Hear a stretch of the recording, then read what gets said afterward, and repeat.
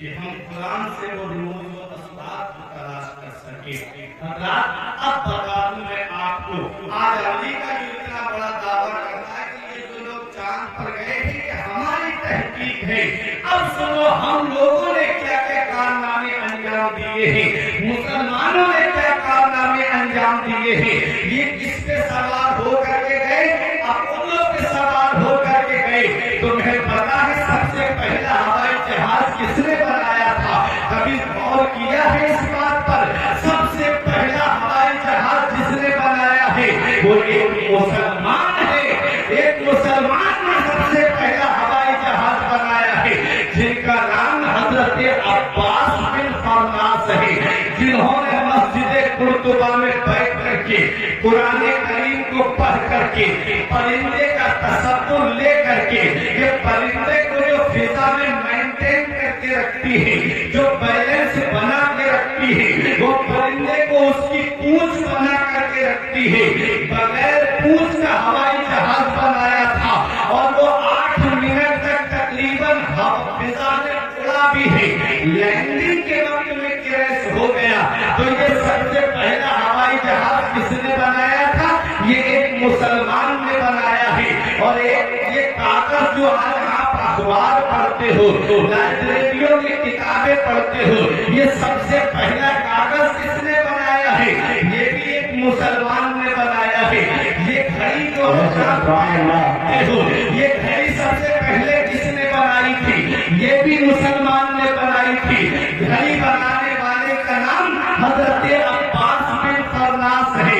انہوں نے مسجد قرطبہ میں گھڑی نہیں لگائی، بلکہ دمشق کی جامع مسجد کے اندر وہ گھڑی سب سے پہلے لگائی گئی تھی. اور جس نے سب سے پہلا کاغذ بنایا تھا اس شخصیت کا نام یوسف بن عمرو ہے. یوسف بن عمرو نے روئی سے سب سے پہلا کاغذ بنایا تھا. حضرات روئی سے سب سے پہلا کاغذ بنایا گیا. آج جو کاغذ بنتا ہے وہ درخت سے بنتا ہے.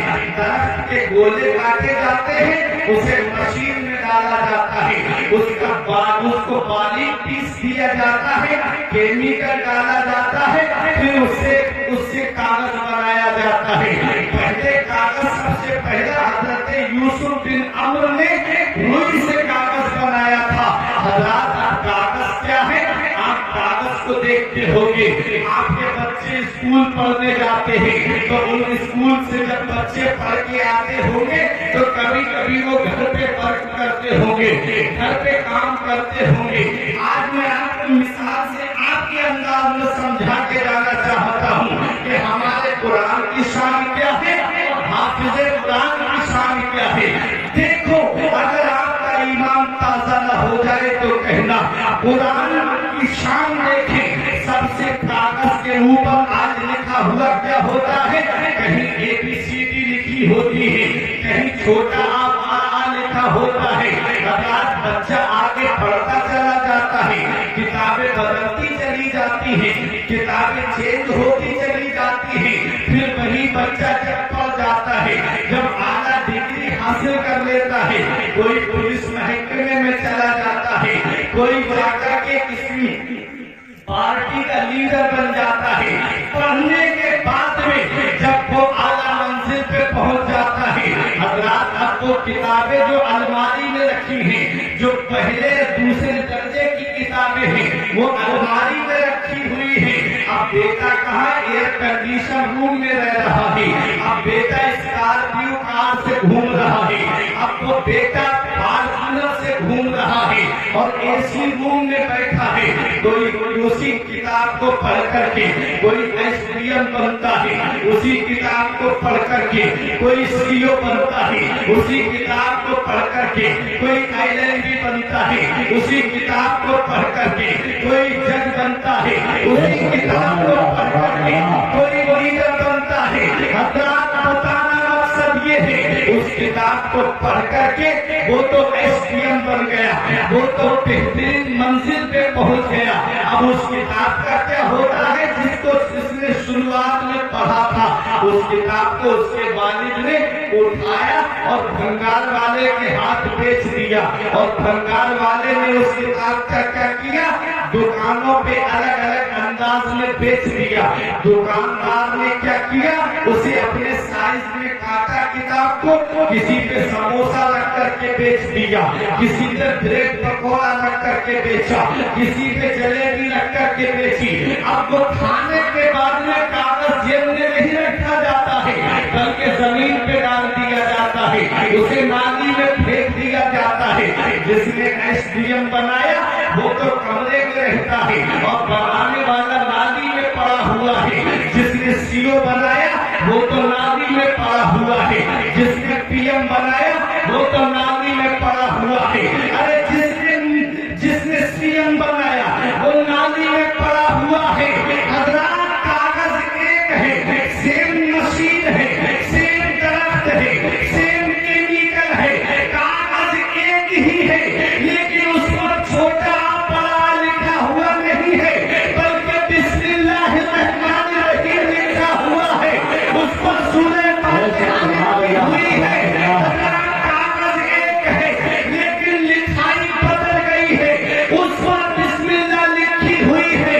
अब कोई आलिम फतवा नहीं देगा, कोई मुफ्ती फतवा नहीं देगा, कोई मुहद्दिस फतवा नहीं देगा, कोई वली फतवा नहीं देगा। अरे परवरदिगार फरमाता है, ला यमस्सुहु इल्लल मुतहहरून। इस कागज को बगैर वुजू के छूना भी मत। मैंने कागज से पूछा, ये कागज जरा ये तो बता दे, तुझे कमाल कैसे मिल गया? ये कागज नाली में पड़ा है और तुझे सीने से लगाया जाता है, तो वो कागज जवाब देता है, मेरे वजूद को मत देखो, अंदर लिखे हुए को देखो, तुझे पता नहीं है मेरे सीने पर कुरान लिखा हुआ है। नारे तकबीर, नारे तकबीर, नारे रिसालत, नारे रिसालत, नारे हैदरी, असमते कुरान, जश्न दस्तार बंदी, मदरसा पैगाने रज़ाए मुस्तफा, नारे तकबीर। और तो बेशक सुभान अल्लाह। जिस कागज पर कुरान लिख जाए वो कागज मुमताज हो जाए, वो कागज शान वाला हो जाए। तो जिस हाफिज के सीने में कुरान का 30 पारे आ जाए, उस हाफिज की शान का आगा। बेशक सुभान अल्लाह। सोचो, कागज पे कुरान लिख जाए तो कागज शान वाला हो जाए।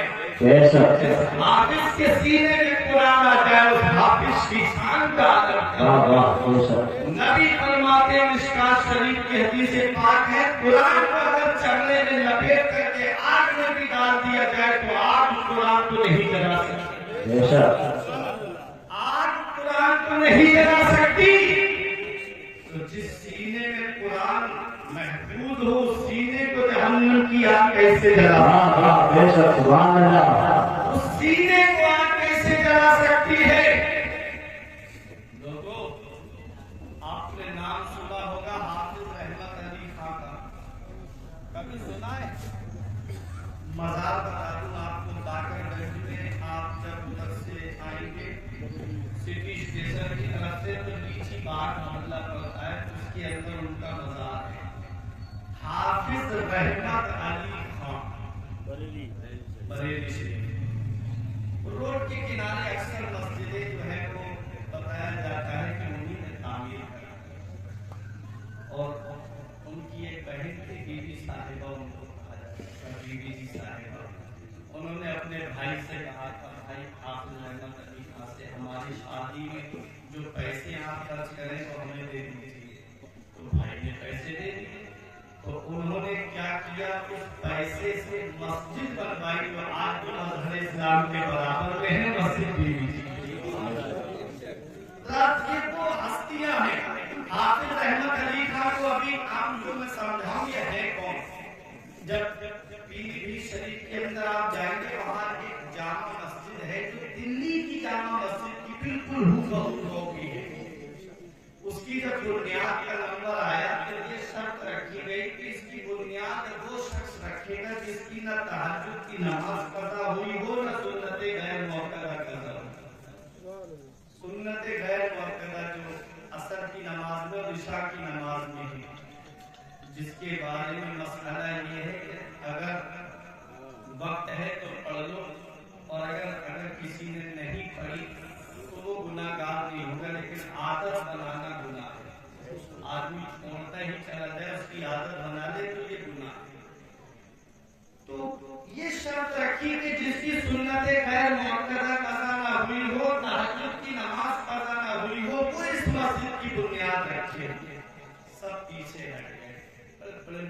की परहेजगार लोग मौजूद थे। अपने वक्त के नवाब हाफिज अहमद अली खान के बोले आज मेरा राज खुल गया, मैं ही तो शख्स हूँ जिसकी न तहज्जुद की नमाज ये वो हाफिज अहमद अली खान है जो कुरान के हाफिज थे और जंगे आजादी में जाने शहादत नोश किया है। इस हिंदुस्तान को आजाद कराने में मुसलमानों ने वो कुर्बानियां पेश की हैं। अगर वो कुर्बानियां आपके सामने रख दी जाए तो आपकी आंखों से आंसू निकल पड़ेंगे। तारीख बताती फिर भी हमसे ये गिला है कि वफादार नहीं। हम वफादार नहीं तो तू भी तो दिलदार नहीं।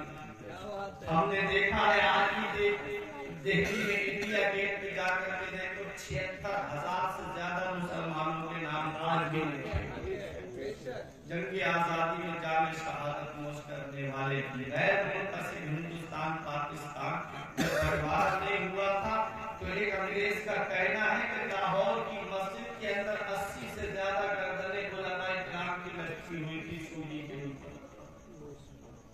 मौलाना किफायतुल्लाह काफी रहमान को मुरादाबाद के चौराहे पे अंग्रेजों ने सूली पे चढ़ा फांसी पे चढ़ने से पहले निकल के गए थे कि कोई कुछ बाकी रहेगा ना चमन रह जाएगा, बस रसूलुल्लाह का दीन हसन रह जाएगा। सभी बहादुरी है कोई दम के चहचहे उड़ जाएंगी सूला चमन रह जाएगा। सत रसूल कम बाकी पोशाक पे नाजा न हो इस तने बेजान पर खाकी कफन रह जाएगा। जो पड़ेगा साहिब दौलत के ऊपर दुरूद आग से महफूज उसका अंदर रह जाएगा। उनको फांसी के फंदे पे चढ़ा दिया गया। मौलाना अल्लामा फजल हक खैराबादी दिल्ली की जामा मस्जिद से अंग्रेजों के खिलाफ जिहाद करने में फतवा दिया था, खिताब करते थे, तकलीफ करते थे। गैर मुस्लिम घरों से निकल के कहते थे इस मस्जिद के अंदर रोबे खोल दो ताकि हम देख ले वो कौन मुजाहिद है जिसने हमारे वतन की आजादी के लिए आवाज को उठाया। मुसलमानों की कुर्बानियां आखिरी मुगल बादशाह बहादुर शाह जफर को जब दिल्ली के लाल किले से अंग्रेजों ने गिरफ्तार किया था तो एक अंग्रेज का कहना है जब उनको लेके हम चल रहे थे उनको रंगून काला पानी भेज दिया गया था दोनों मियां बीवी को। तारीख आप इतिहास सुनते रहते होंगे। आप बताना मकसद ये है कि मैं जंगी आजादी की बात कर रहा हूँ। जब बहादुर शाह जफर को लेके जा रहे थे तो अंग्रेज कहता है चांदनी चौक में दरख्त के ऊपर कोई भी लटकने वाली शाख ऐसी नहीं थी जिस पर किसी आलिम की गर्दन न लटकती। कुर्बानी पेश की है आलिमों ने, तब कहीं जाकर के ये हिंदुस्तान सोने की चिड़िया बना है, तब कहीं जाकर के ये हिंदुस्तान आजाद हुआ। 15,000 से ज्यादा आलिमों ने अपनी कुर्बानी पेश की है जंग आजादी। और तब तक अंग्रेजों ने दावा भी किया था इस हिंदुस्तान के जब तक के शेर मैसूर टीपू सुल्तान को उन लोगों ने शहीद नहीं किया। टीपू सुल्तान को जब शहीद किया और उनके ऊपर और लोगों के जिस्म गिर गए थे तो अंग्रेजों ने जिस्म हटा के देखा तो पहचान नहीं कर पा रही थी। तो उनकी बहन ने उनके हाथ की उंगली से पहचान की थी, कहा था कि हाँ ये मेरे भाई टीपू सुल्तान है। तब अंग्रेजों ने उनके सीने पर पैर रख करके कहा था आज से आधा हिंदुस्तान हमारा हो। जब तक शेर मैसूर बाकी थे किसी अंग्रेज की हिम्मत नहीं थी जो कहते था कि हिंदुस्तान के ये हमारी कुर्बानियां हैं, हमारे असलाफ ने कुर्बानियां दी हैं। उन्हीं कुर्बानी देने वालों में एक कुर्बानी हाफिज अहमद अली खान की भी है।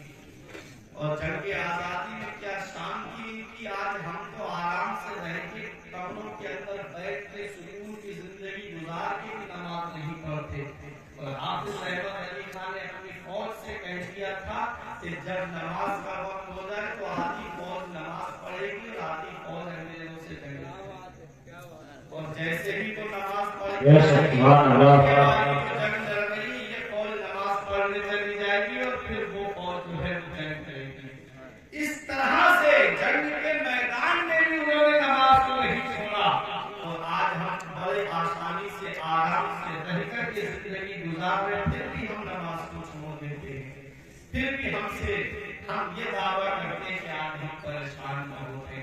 آج ہم نے اپنے نبی کے فرمان کو بھلا دیا ہے، اسی لیے آج مصیبتوں نے ہمارے گھروں کا دروازہ. حافظ احمد علی خان کے اوپر ایک انگریز نے توپ کا گولا نشانہ باندھ کر کے مارا، سینے پہ لگا، زمین میں 2-3 فٹ اندر گھس گیا، کچھ نہیں ہوا سینے کا.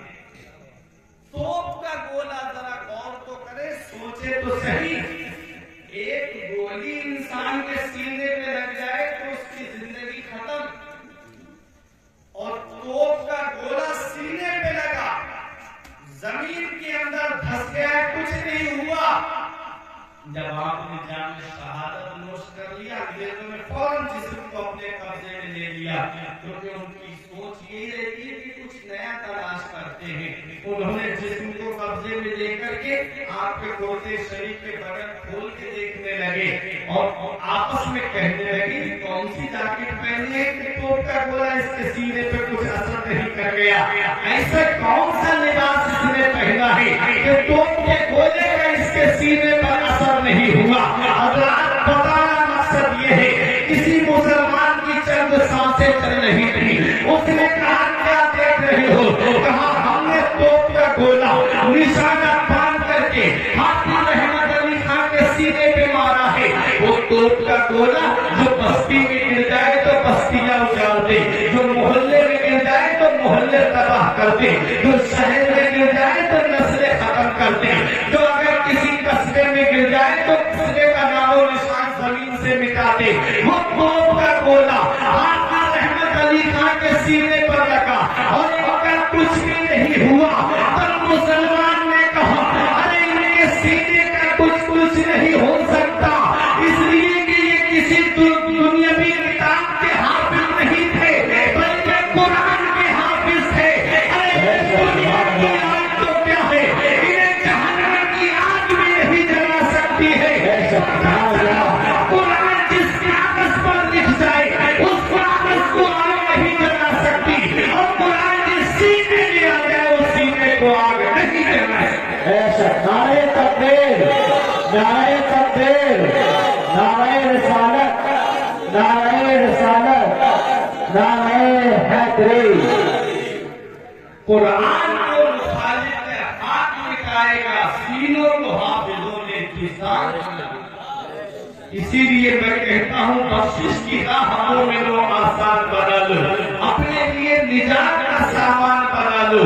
دنیا کی کتابوں پہ نظر بعد میں رکھنا، بچوں کو پہلے حافظ آج ہم نے سوچ رکھا ہے کہ آج بچہ جہاں بولنے کے لائق ہوا انگلش میڈیم اسکول میں بھیج دیا. یاد رکھو حضرت عبداللہ ابن مسعود فرماتے من اراد العلم فعلیہ بالقرآن فإن فیہ خیر الاولین والآخرین. حضرت عبداللہ ابن مسعود فرماتے ہیں جب بچے کو تم تعلیم دو تو پہلے اس کے ہاتھ میں قرآن دے دو، اسے قرآن دے دو. جب وہ قرآن پڑھے گا قرآن کے اندر اول سے لے کر کے آخر تک کا ذکر موجود. اعلیٰ حضرت عظیم البرکت قرآن شریف کو ہی پڑھنے والے تھے. اعلیٰ حضرت نے کبھی بھی گھڑی کو گھڑی سے نہیں ملایا، گھڑی کو گھڑی دیکھ کر کے نہیں ملایا. آسمان کی طرف دیکھتے تھے، سورج کو ستاروں کو دیکھ کر کے اپنی گھڑی کا ٹائم ملا لیا کرتے تھے. محبت سے بولو سبحان اللہ. یہ قرآن پڑھنے والے کی شان ہے. اور ایک دن حضرت عبد القادر بزائلونی علیہ الرحمہ گئے بریلی شریف میں، اعلیٰ حضرت عظیم البرکت کا انتظار کر رہے تھے. فجر کی نماز میں کافی دیر ہو رہی ہے، کافی دیر ہو رہی. لوگ سمجھے کہ سورج نکل آیا ہے. اعلیٰ حضرت تیزی کے ساتھ آ رہے تھے. انہوں نے سوچا کہ دیکھیں اعلیٰ حضرت تیزی کے ساتھ آ رہے ہیں، ان کا مسجد میں داہنا قدم آتا ہے کہ بائیں قدم آتا ہے. ہوتا ہے کبھی تیزی میں ہوتے آدمی دھیان نہیں دیتا ہے، لیکن وہ اعلیٰ حضرت عظیم البرکت تھے. ان کے تقوی کا جواب نہیں، ان کے فتوے کا جواب نہیں، ان کی شان کا جواب نہیں. علامہ عبد القادر بزائلونی فرماتے ہیں میں نے دیکھا آ رہے تھے بڑی تیزی کے ساتھ، جیسے ہی مسجد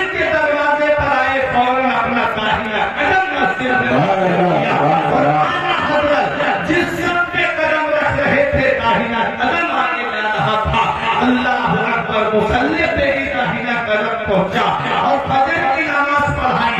اس کے بعد میں لوگ سمجھنے لگے شاید اب سورج نکل چکا ہوگا، تو اعلیٰ حضرت فرماتے ہیں ابھی سورج نکلنے میں اتنے منٹ باقی۔ لوگوں نے جب گھڑی میں دیکھا اور اس کے بعد دیکھا تو اتنے منٹ کے بعد ہی سورج نکلا۔ یہ اعلیٰ حضرت کی شان ہے۔ قرآن پڑھنے والے تھے، قرآن میں ہر چیز کا بیان موجود ہے۔ اب ایک چیز اور بتا دیں، اعلیٰ حضرت کی قرآن پڑھنے والے تھے، اس لیے بتا رہا کہ قرآن میں ہر چیز کا بیان موجود ہے۔ جب جوہر کے اندر چینی میل لگا نا، شوگر میل، تو اس میل کے لوگوں نے یہ افواہ پھیلا دی تھی، مسلمانوں کے درمیان یہ پھیلا دیا کہ اس کے اندر خنزیر کی شوگر کے اندر یعنی چینی کے اندر خنزیر کی چربی ملائی جاتی ہے۔ مسلمانوں نے ہاتھ کھڑے کر دیے، ہم نہیں کھائیں گے چینی، اور غیر مسلموں نے یہ جا کر کے افواہ پھیلا دی کہ اس کے اندر گائے کی چربی ملا دی جاتی ہے، تو انہوں نے بھی ہاتھ کھڑے کر دیا۔ بات اعلیٰ حضرت کے پاس میں استفتاء پہنچا، فتویٰ پہنچا کہ حضور آپ جواب دیجیے۔ اعلیٰ حضرت نے فرمایا میں ایسے جواب نہیں دوں گا۔ اعلیٰ حضرت گئے شوگر میل کے اندر اور جا کر کے وہاں مشاہدہ کیا، دیکھا سب طرف جا کر کے، اور وہاں کے مینیجر سے پوچھا کیا ایسا تم کرتے ہو؟ اس نے کہا نہیں مہاراج، ہم ایسا نہیں کرتے ہیں، آپ دیکھ لیجیے ہم جو شوگر بنا رہے ہیں، جو چینی بنا رہے ہیں، آپ اس کا مشاہدہ کر لیجیے۔ اعلیٰ حضرت گئے اور شوگر میل کا مشاہدہ کیا، دیکھا جا کر کے، آپ آئے اور آ کر کے اس کے چیمبر میں بیٹھے اور فرمایا کہ میں لکھ دوں گا کہ ایسا کچھ نہیں ہے، نہ خنزیر کی چربی ملتی ہے اس میں اور نہ گائے کی چربی ملتی ہے اس میں جا کر کے لکھ دوں گا، لیکن ایک مشورہ دے کے جانا چاہتا ہوں۔ بڑے بڑے انجینئر موجود تھے، بہت بڑے انجینئر وہاں بیٹھے ہوئے تھے۔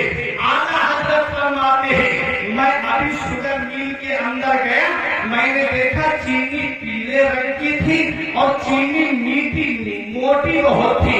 آپ نے فرمایا اگر اس بولٹ کو ڈھیلا کر دیا جائے اور آگ کا تاپمان کم کر دیا جائے تو یہ چینی باریک بھی ہو جائے گی، سفید بھی ہو جائے گی۔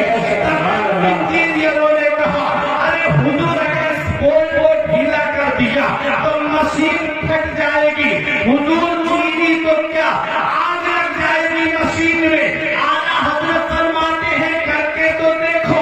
جب ان لوگوں نے اس بولٹ کو ڈھیلا کیا، تاپمان کو کم کیا، تو تاریخ بتاتی ہے جیسا اعلیٰ حضرت نے فرمایا تھا کہ چینی باریک بھی ہو گئی اور چینی سفید بھی ہو گئی۔ سبحان اللہ، نعرہ تکبیر، نعرہ رسالت، جشن دستار بندی۔ کسی کالج میں تو نہیں گئے تھے، کسی یونیورسٹی میں تو نہیں گئے تھے، صرف قرآن پڑھا تھا اعلیٰ حضرت نے۔ انجینئر قدموں پہ گر کے کہتے ہیں کہ جب بریلی کے احمد رضا خان کے علم کا یہ عالم ہے تو مدینے والے مصطفیٰ کے علم میں ہے۔ جب ان کے گدا بھر دیتے ہیں شاہان زمانہ کی جھولی، محتاج کا جب یہ عالم ہے، مختار کا عالم کیا ہوگا؟ چاہے تو اشاروں سے اپنے کایا ہی پلٹ دے دنیا کی، یہ شان ہے ان کے غلاموں کی سردار کا عالم کیا ہوگا؟ قرآن جس سینے میں آ جائے وہ سینہ جو ہے وہ جہنم کی آگ سے محفوظ ہو جاتا ہے، بشرط کے قرآن کے عمل کرنے والے۔ حدیث پاک میں ہے نبی فرماتے جو قرآن کو پڑھے اور اس کے حلال کو حلال جانے اور اس کے حرام کو حرام جانے تو وہ اپنے عزیزوں میں، گھر والوں میں 10 ایسے لوگوں کی شفاعت کرائے گا کہ جن کے اوپر جہنم واجب ہو چکی ہے، جن کے لیے ٹکٹ کر چکا ہوگا کہ یہ جا کر جہنمی جہنم میں جائیں گے، لیکن وہ حافظ قرآن، جو قرآن قاری قرآن، جو قرآن کا پڑھنے والا ہے، اس پہ عمل کرنے والا ہے، قرآن کے فرامین پہ عمل کرنے والا ہے، تو قرآن کا حافظ 10 ایسے لوگوں کی شفاعت کرائے گا میدان محشر میں کہ جن کے اوپر جہنم वाजिब हो चुकी होगी। अब घर वाले अपने लिए खुशकिस्मती समझे इसे कि जिन्होंने अपने बेटे को हाफिज़े कुरान बनाया। दादा खुशकिस्मती समझे कि उन्होंने पोते को हाफिज़े कुरान बनाया। नाना खुशकिस्मती समझे कि नवासे को हाफिज़े कुरान बनाया। चचा अपने लिए खुशकिस्मती समझे कि भतीजे को हाफिज़े कुरान बनाया। ताऊ अपने लिए खुशकिस्मती समझे कि उन्होंने भतीजे को हाफिज़े कुरान बनाया। हज़रात को पता चला 10 ऐसे लोगों की शफाअत कराएगा जिनके ऊपर जहन्नम वाजिब हो चुकी होगी। और हाफिज़े कुरान की शान क्या है, हाफिज़े कुरान का मकाम क्या है। हदीस पाक सुनो, नबी इरशाद फरमाते हैं, युकालु लिसाहिबिल कुरान इक़रा वरतक़ी वरत्तिल कमा कुन्ता तुरत्तिल फिद दुनिया फइन्ना मंज़िलका इंदा आखिरी आयतिन तक़रऊहा। हज़रात ये मिशकात शरीफ के अंदर हदीस मौजूद है। हाफिज़े कुरान की शान देखो, नबी फरमाते हैं, युकालु लिसाहिबिल कुरान, अल्लाह क़यामत में हाफिज़े कुरान से इरशाद फरमाएगा। अल्लाह हाफिज़े कुरान से फरमाएगा क्या, इक़रा कुरान की तिलावत कर, वरत्तिल ठहर ठहर के पढ़, तजवीद के साथ पढ़, कमा कुन्ता तुरत्तिल फिद दुनिया, जैसे तू दुनिया में कुरान की तिलावत करता था ऐसे ही आराम आराम से पढ़। कुरान को जल्दबाजी में नहीं पढ़ना चाहिए, ठहर ठहर के पढ़ना चाहिए, आराम से पढ़ना चाहिए। नबी फरमाते हैं, अल्लाह क़यामत में हाफिज़े कुरान से फरमाएगा कि तू कुरान की तिलावत कर और तजवीद के साथ पढ़, ठहर ठहर के पढ़। फइन्ना मंज़िलका इंदा आखिरी आयतिन तक़रऊहा, बेशक तेरी मंजिल, बेशक तेरा ठिकाना मेरी जन्नत में तेरी आखिरी आयत है। समझा दूं? और देखो हाफिज़े कुरान की शान, हाफिज़े कुरान पढ़ेगा बिस्मिल्लाहिर्रहमानिर्रहीम, जन्नत में आम लोगों से एक दर्जा बुलंद हो जाएगा। पढ़ेगा अल्हम्दुलिल्लाहि रब्बिल आलमीन, दूसरा दर्जा बुलंद हो जाएगा।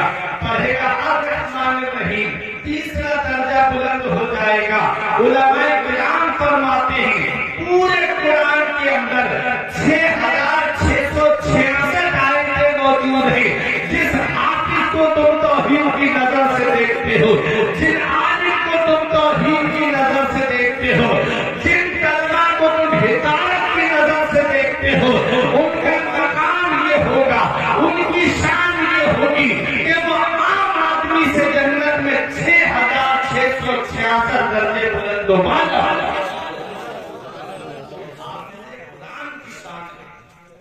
और हाफिज़े कुरान बच्चे को बनाने में फायदा ये है, हमने देखा है दुनिया का जायजा लेकर, बहुत कम उम्र है और मेरे अजीज यहाँ बैठे मेरे बुजुर्ग हैं, मुझसे ज्यादा उम्र के यहाँ पर बुजुर्ग मेरे बैठे हैं, वो सब जानते हैं। हमने देखा है दुनिया में जब इंसान की जिंदगी की डोर कट जाती है और जब रूह बदन से निकल जाती है, तो जिस बच्चे को हमने कुरान की तालीम नहीं दी है, या जिसे हमने आलिम नहीं बनाया, जिसे हमने हाफिज नहीं बनाया, उस बच्चे को तो ये भी पता नहीं होता है कि कफन में कितने कपड़े दिए, उसे तो ये भी पता नहीं होता है।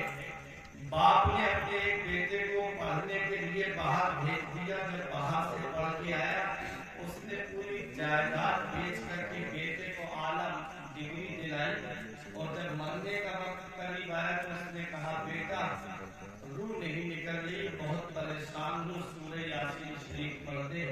मैंने सुना है तकबीरों में कि यासीन शरीफ की तिलावत हो जाए तो रूह आसानी से निकल जाती है। तो वो बच्चा कहता है, अब्बा मुझे तो ये भी नहीं पता कि यासीन शरीफ है कौन से पारे। बताओ, जिसकी तालीम पे लाखों रुपया खर्च किया, जिसकी तालीम पे करोड़ों रुपये खर्च किए, जिसे पढ़ने के लिए विदेश भेज दिया, मरने के वक्त में वो बच्चा कह रहा है कि अब्बा मुझे तो ये भी पता नहीं कि यासीन शरीफ है कौन से पारे में।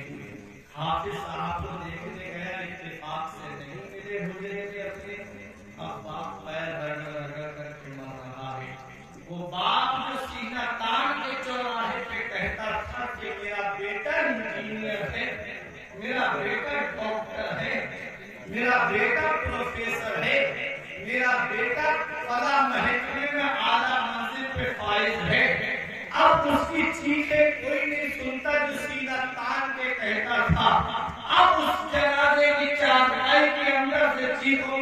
کر رہا ہے کہ اے ظالم، کاش میں نے تجھے انجینئر نہ بنایا ہوتا، بلکہ میں نے تجھے حافظ قرآن بنایا ہوتا، عالم دین بنایا ہوتا، تو دور کھڑا نہیں ہوتا میرے سرہانے بیٹھ کر کے قرآن کی تلاوت کرتا۔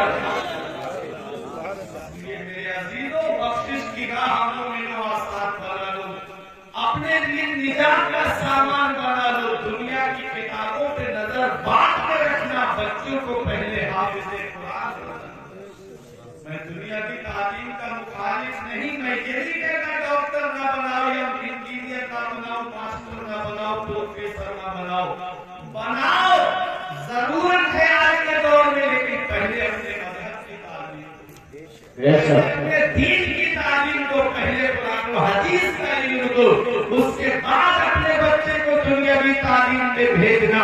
جب بچہ عالم ہوگا، حافظ ہوگا، تو وہ دور قرآن نہیں ہوگا، بلکہ سرہانے بیٹھ کر کے قرآن کی تلاوت کرتا ہے۔ میرے عزیزوں، وہ باپ جو لاکھوں روپئے خرچ کرتا ہے، وہ بیٹا کیا کام آیا؟ کفن کاٹنے کے لیے بزرگوں کو بلا کر کے لایا، انہوں نے کفن کا انتظام کیا، غسل دینے کا طریقہ اس کو نہیں آتا۔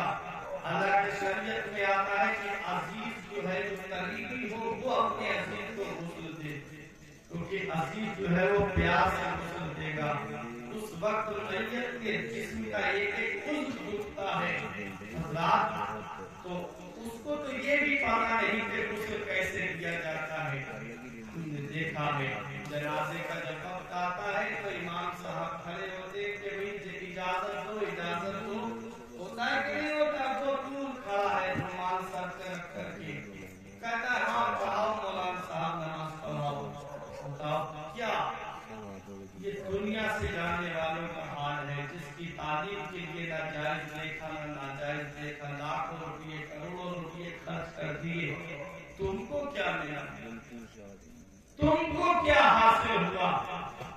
کاش اس بچے کو حافظ قرآن بنایا ہوتا، کاش اس کو عالم دین بنایا ہوتا، تو یہی بچہ مسجد میں جاتا تو نماز پڑھتا تو دعائے معصورہ ضرور پڑھتا اور کہتا ربنا اغفر لی ولوالدی وللمؤمنین یوم یقوم الحساب، پروردگار میرے ماں باپ کو بخش دے، مجھے بخش دے، تمام مومنین کو بخش دے۔ پروردگار یعنی اس کی دعا کے وسیلے سے اس کے والدین کو بخش دے۔ میرے عزیزوں، یہ دنیا چند دن کی ہے، پہلے اپنے بچوں کو قرآن کی تعلیم دے دو۔ اگر مدرسے کو جانے کو نہیں کیا گیا، یہ مدرسے جو ہے یہ آج ہماری بنیادیں ہیں، ہمارے مذہب کی بنیادیں ہیں یہ مدرسے۔ اگر یہ مدرسے نہ ہوتے تو آج ہمارے جیسے یا یہ علماء کرام آپ دیکھ رہے ہیں کہ یہ عالم آپ کو نصیب نہیں ہوتے، یہ مدرسوں کی دین ہے۔ اور جنہوں نے جنگ آزادی میں قربانیاں دی، وہ بھی مدرسوں کی دین تھی۔ تو یہ مدرسوں سے سپاہی پیدا کیے جاتے ہیں، دین کے سپاہی پیدا ہوتے ہیں۔ اس لیے میرے عزیزوں، یہ مدرسوں کی جانب رخ کرو اور ان کی طرف توجہ دو، کیونکہ یہ مدرسے جو ہیں وہ کیلے ہیں، اور مسجد خدا کا گھر ہے، مدرسہ جو ہے وہ رسول اللہ کا گھر ہے۔ مسجد کے اندر قال اللہ کا درس ہوتا ہے، اور مدرسے کے اندر جو ہے قال رسول کا درس ہوتا ہے۔ اب آپ جو یہ مدرسوں کی جانب رخ کرو، اپنے بچوں کو مدرسوں کی جانب بھیجو، مدرسوں میں پڑھنے کے لیے بھیجو۔ آج ماحول ایسا خراب ہوتا چلا جا رہا ہے، کچھ لوگوں نے ماحول خراب کیا ہے، میں مانتا ہوں کہ ہاں کچھ لوگوں نے ماحول خراب کیا ہے۔ یہ جو گلی گلی رسیدیں لے کر کے پھرتے ہیں، جو مدرسے آج مستحق ہیں ان تک جو ہے وہ پیسہ نہیں پہنچ پا رہا ہے، اور جو مدرسوں کے اندر پہلے ہی سے پیسوں کا انبار جمع ہے اور باہر سے گورنمنٹ کی ان کو امداد بھی آتی ہے، ان مدرسوں کے اندر آج بھی چندہ بہت زیادہ لوگ اکٹھا کر لیتے ہیں، ہوتا ہے کہ نہیں ہوتا ہے حضرت؟ لیکن جن مدرسوں کو آج ضرورت ہے وہاں تک پیسہ نہیں پہنچ پاتا۔ اس لیے میرے عزیزوں، اگر ہر بستی والا اپنی بستی کے مدرسے کو اگر صدقہ فطر کے ذریعے یا بلا شریک کر کے ज़कात के जरिए या उश्र के जरिए अगर मदरसे का ख्याल रख लिया जाए तो मैं कहता हूँ कि एक बस्ती के अंदर एक मदरसा बड़े आराम से चल सकता है। और कुछ पहले तो ऐसा होता था, बादशाहों के दौर में जब मुगल सल्तनत थी तो कुछ जमीनें जो है वो मदरसों के नाम कर दी जाती थी, मस्जिदों के नाम कर दी जाती थी। उनसे जो भी अनाज पैदा होता था उससे उसकी तामीर और तरक्की में पैसा लगाया जाता था। अब तो वो दौर नहीं है, लेकिन क्या है कि हम अपने पैसे से मदरसों की इमदाद नहीं कर सकते, कि हम अपने पैसों से मदरसों की तरफ तवज्जो नहीं कर सकते। कतरा कतरा दरिया निशबर, कतरा कतरा दरिया हो जाता है और दरिया दरिया मिलकर के समंदर हो जाता है। अगर थोड़ी थोड़ी भी हम मदद कर दें, आज हम बताना चाहते हैं, अगर दुकानों के अंदर मदरसे के सिर्फ गुल्लक रख दिए जाएं और इंसान हर दिन उसमें थोड़े पैसे डालता रहे तो एक मुदर्रिस की तनख्वाह एक महीने में मैं कहता हूँ कि आराम से निकल जाएगी। लेकिन होता क्या है, हम होटलों में जाकर के तो वेटरों को तो टिप दे के पैसा बर्बाद कर देंगे, चौराहों पे जाकर के गगन और गुटके में तो पैसा बर्बाद कर देंगे, इधर उधर बैठ करके पैसे को तो हम खर्च कर देंगे, लेकिन दीनी तालीम पे हम पैसा खर्च नहीं करेंगे, दीनी तालीम पे हम पैसा खर्च नहीं करेंगे। अल्लाहु अकबर, ये मदरसे जो है ये आज हमारे किले हैं, इन मदरसों की तरफ रुख करो। हजरात, बताना मकसद ये है कि कुछ लोगों ने माहौल खराब किया है, लेकिन कुछ मदरसे हैं कि जहाँ आज भी इमदाद की जरूरत है, जहाँ से हाफिज़े कुरान पैदा होते हैं, जहाँ से आलिम दीन कौम को दिए जाते हैं, जहाँ से तालिम कुरान कौम को दिए जाते हैं, ऐसे मदरसों की तरफ तवज्जो दो। हमने देखा है आज अगर आलिम से बात करेगा मेरा भाई तो वो सोचता है कि आलिम से बात करूंगा तो इनको कहीं रसीद न काट के दे दे, कहीं ये मुझसे चंदा न मांग ले। हाँ, लोगों ने ये माहौल बना रखा है कि आलिम से बात करने का मतलब है कि वो रसीद काट देगा, आलिम से बात करने का मकसद है कि वो कहीं चंदा न मांग ले। याद रखो प्यारे मुसलमानों, हमारे कुछ लोगों ने भी माहौल खराब किया है, लेकिन होता क्या है, हुआ यूं कि वो रसीद लेकर रोड पे इसलिए निकले कि जब वहाबियों ने सऊदिया रियाद के ऊपर जब एक एक महीने में 2-2 मंजिला इमारत तैयार कर दी तो उनके मदरसे में कहीं मेरी कौम के बच्चे न चले जाएं, कहीं मेरे बच्चों का ईमान खतरे में न पड़ जाए, कहीं मेरी कौम के बच्चों का ईमान न लूट लिया जाए उनके मदरसे में। इसलिए मेरी कौम का आलिम निकला है ताकि बच्चे मेरे सुन्नियों के सुन्नी मदरसे में पढ़ते रहे, ताकि मेरी कौम के बच्चे उस मदरसे में पढ़ते रहे। इसलिए वो रसीद लेकर के बाहर निकला। ईद के दिन तुम्हारे बच्चे सिवई खाएं और आलिम जाकर के सबका फिक्र इकट्ठा करता फिरे, बकरा ईद के दिन तुम्हारे बच्चे गोश्त खाएं और आलिम जाकर के कुर्बानियों की खाले इकट्ठी करता फिरे। ईद रमजान के महीने में तुम सहरी खा करके इफ्तार करके तरावी की नमाज पढ़ के आराम से सो जाते हो और आलिम बम्बई के सेठों के घरों के चक्कर लगाता है। एक ही दर्द है ना कि रसूलुल्लाह की दरगाह आबाद रहे, रसूलुल्लाह का मदरसा आबाद रहे। याद रखो पिसौली वालों, अपने लिए मांगना जिल्लत है, मदरसे के लिए मांगना बाइस इज्जत है। नारे तकबीर, नारे रिसालत, मदरसा फैजाने वाले मुस्तफा, नारे तकबीर। मदरसों से हाफिज़े कुरान पैदा है। हाफिज़े कुरान की शान मैंने आपको बता दी। अब आखिरी बात सुन लो कुरान की हदीस पाक की रोशनी में। कोई भी बात इधर उधर की मैं हंसी मजाक का कायल नहीं हूँ। मैं चाहता हूँ मेंबर रसूल से हंसी मजाक के जुमले न कहे जाए, क्योंकि इसका तकद्दुस, इसकी हुर्मत को बरकरार रखना चाहिए। नबी फरमाते हैं, हदीस पाक के अल्फाज है, नबी फरमाते हैं अल कुरान शाफिउल मुशफ़्फ़ा, कुरान क़यामत में शफ़ाअत करेगा। नबी फरमाते हैं कुरान क़यामत में शफ़ाअत करेगा। शफाअत कबूल की जाएगी। कुरान ने जिसके ताल्लुक से शफाअत कर दी, हदीस पाक के अल्फाज हैं वमन जअलहु अमामहु कादहु इलल जन्नह। कुरान को जिसने आगे रखा, यानी आगे रखने का मतलब जिसने कुरान के फरमान पर अमल किया, फरामीन पर अमल किया, कुरान उसको जन्नत में ले जाके छोड़ेगा। कादहु इलल जन्नह, कादा ही से कायज बना है, कुरान उसको जन्नत में ले जाके छोड़ेगा। जिसने कुरान को आगे रखा, अपनी जिंदगी कुरान के दायरे में गुजारी। कुरान के दायरे में गुजारने का मतलब क्या है? कुरान के दायरे में जिंदगी गुजारने का मतलब ये है कि कुरान ने कहा है लानतुल्लाहि अलल काज़िबीन, झूठों पर अल्लाह की लानत है। इंसान झूठ न बोले, कुरान के फरमान पे अमल करे।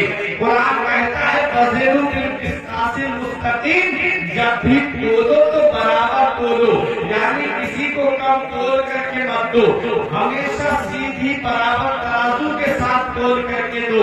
अल्लाह कुरान कहता है वज़नु बिल क़िस्तासिल मुस्तक़ीम, जब भी तोलो तो बराबर तोलो। इस फरमान पर अमल करोगे तो कुरान क़यामत में तुम्हारी शफाअत करेगा। अल्लाह कुरान कहता है कोई कौम किसी कौम का मजाक न उड़ाए। हो सकता है जिसका तुम मजाक उड़ा रहे हो वो रब की बारगाह में तुमसे बेहतर हो। अल्लाह तो हमें किसी का मजाक नहीं उड़ाना चाहिए। जो कुरान के इस फरमान पर अमल करेगा, कुरान उनकी क़यामत में शफाअत करेगा। कुरान कहता है ऐ ईमान वालों, वो बातें क्यों कहते हो जो खुद करते नहीं हो? जब पता चला हमें वादा खिलाफी नहीं करना चाहिए, हमें हमेशा वो बात कहना चाहिए जिसका हमारा खुद का अमल हो। जब इस हाल में हम जिंदगी गुजारेंगे तो कुरान क़यामत में हमारी शफाअत कराएगा। नबी फरमाते वमन जअलहु अमामहु कादहु इलल जन्नह, जो कुरान को अपने सामने रखता है, जो कुरान के फरमान पे अमल करता है, कुरान उसको जन्नत में ले जाके छोड़ेगा। वमन जअलहु खल्फा ज़हरिही, कुरान नबी फरमाते हैं जिसने कुरान को पीठ के पीछे रख दिया, जिसने कुरान को पसे पुष्ट डाल दिया, जिसने कुरान के फरमान पे अमल नहीं किया, कुरान उसको जहन्नम में ले जाके। ये कुरान वो अल्लाह की किताब है, जो कुरान के मुताबिक जिंदगी गुजारेगा, कुरान उसको जन्नत में ले जाके छोड़ेगा। और जिसने कुरान के खिलाफ अपनी जिंदगी को गुजारा, कुरान उसको जहन्नम में ले जाके छोड़ेगा। नबी फरमाते कुरान शफाअत करेगा और कुरान की शफाअत कबूल की जाएगी। मेरे अजीज को अपनी जिंदगी इस हाल में गुजार दो कि कुरान का जो फरमान है उस फरमान के मुताबिक जिंदगी गुजारो। कुरान पैगाम देता है अकीमुस सलात व आतुज़ ज़कात, नमाज को कायम रखो, ज़कात को अदा करो। कुरान पैगाम देता है रमजान शरीफ के रोजे रखो। कुरान पैगाम देता है जो साहिब इस्तिताअत है उनके लिए हज करना फर्ज है तो हज को जाओ। कुरान पैगाम देता है कि सबसे बेहतर खर्चा वो है जो माँ बाप को दिया जाए।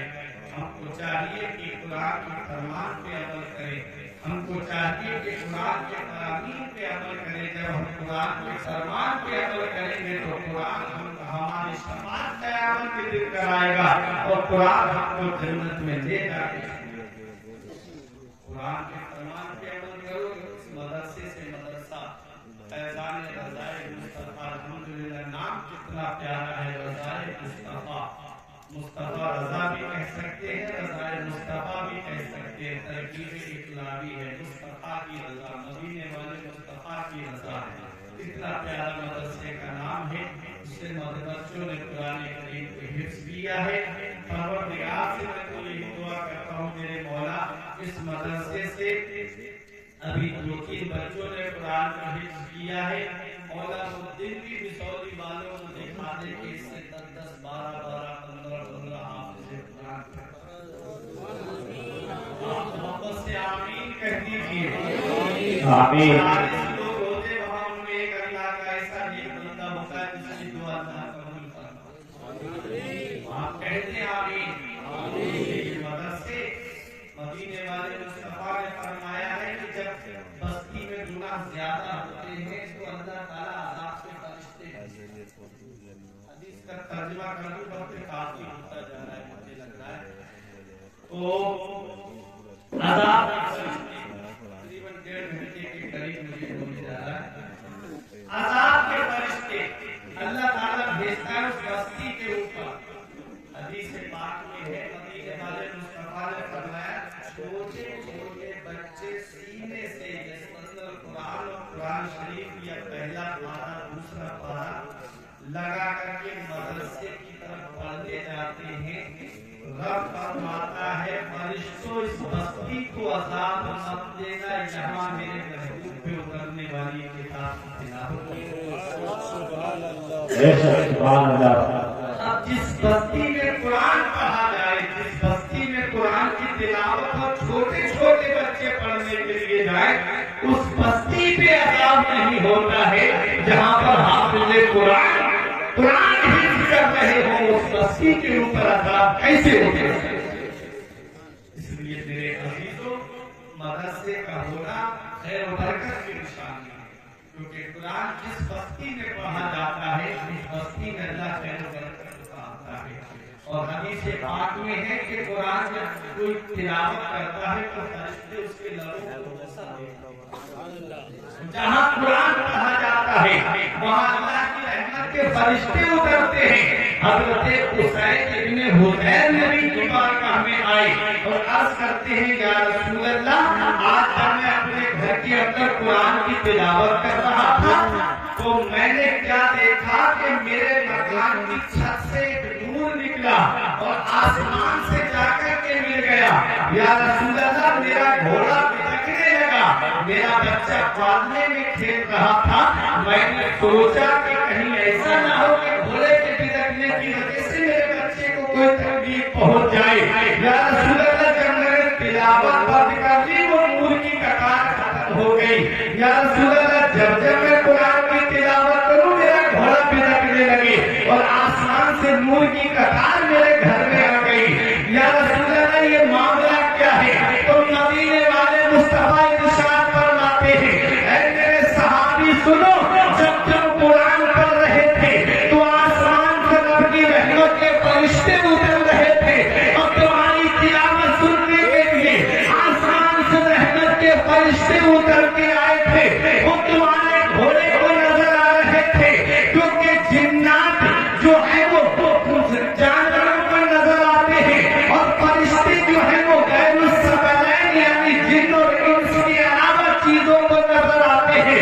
اے پیارے مسلمانوں بتانا مقصد یہ ہے کہ جہاں قرآن پڑھا جاتا ہے وہاں اللہ کی رحمت کے فرشتے اترتے ہیں. اللہ کی رحمت کے فرشتے نازل ہوتے ہیں. حضرت داؤد علیہ السلام جب زبور کی تلاوت کرتے تو سمندر کا پانی رک جاتا. جب زبور کی تلاوت کرتے تو پرندے ٹھہر جاتے اور زبور کی تلاوت کو سنتے. ہوائیں رک جاتی زبور کی تلاوت کو سنتی. اللہ نے ایسا لہن عطا فرمایا تھا. لہن داؤدی حضرت داؤد علیہ السلام کا بڑا مشہور ہے. جب زبور کی تلاوت کرتے ایسا لگتا کہ سنتے چلے جاؤ. ایسا لگتا کہ داؤد علیہ السلام کی تلاوت کو سنتے جائیں. پرندے رک گئے جانور آ کر کے ایک ٹکٹ سے جمع ہو گئے زبور کی تلاوت سننے کے لیے. ارے یہ زبور کی تلاوت ہے جسے جانور آ کر کے سنے. یہ زبور کی تلاوت ہے جسے پرندے آ کر کے سنے. یہ زبور کی تلاوت ہے جسے ہوا روک کر کے سنے. یہ زبور کی تلاوت ہے جسے دریاؤں کا پانی روک کر کے سنے. لیکن واہ میرے قرآن تیری عظمت کا کوئی جواب نہیں. تیری شان کا کوئی جواب نہیں. تیری بلندی کا کوئی جواب نہیں. تیرے مقام سریا کا کوئی جواب نہیں. ارے جب قرآن کی تلاوت ہوتی ہے تو صرف انسان ہی نہیں سنتا. جب قرآن کی تلاوت ہوتی ہے تو صرف چرند پرند نہیں سنتے بلکہ اللہ کی رحمت کے فرشتے اتر کر کے سنتے ہیں. یہ قرآن کی شان ہے. قرآن جس گھر میں پڑھا جاتا ہے اس گھر میں اللہ کی رحمت کے فرشتے اترتے ہیں. سبحان اللہ. نعرہ تکبیر, نعرہ رسالت, نعرہ رسالت.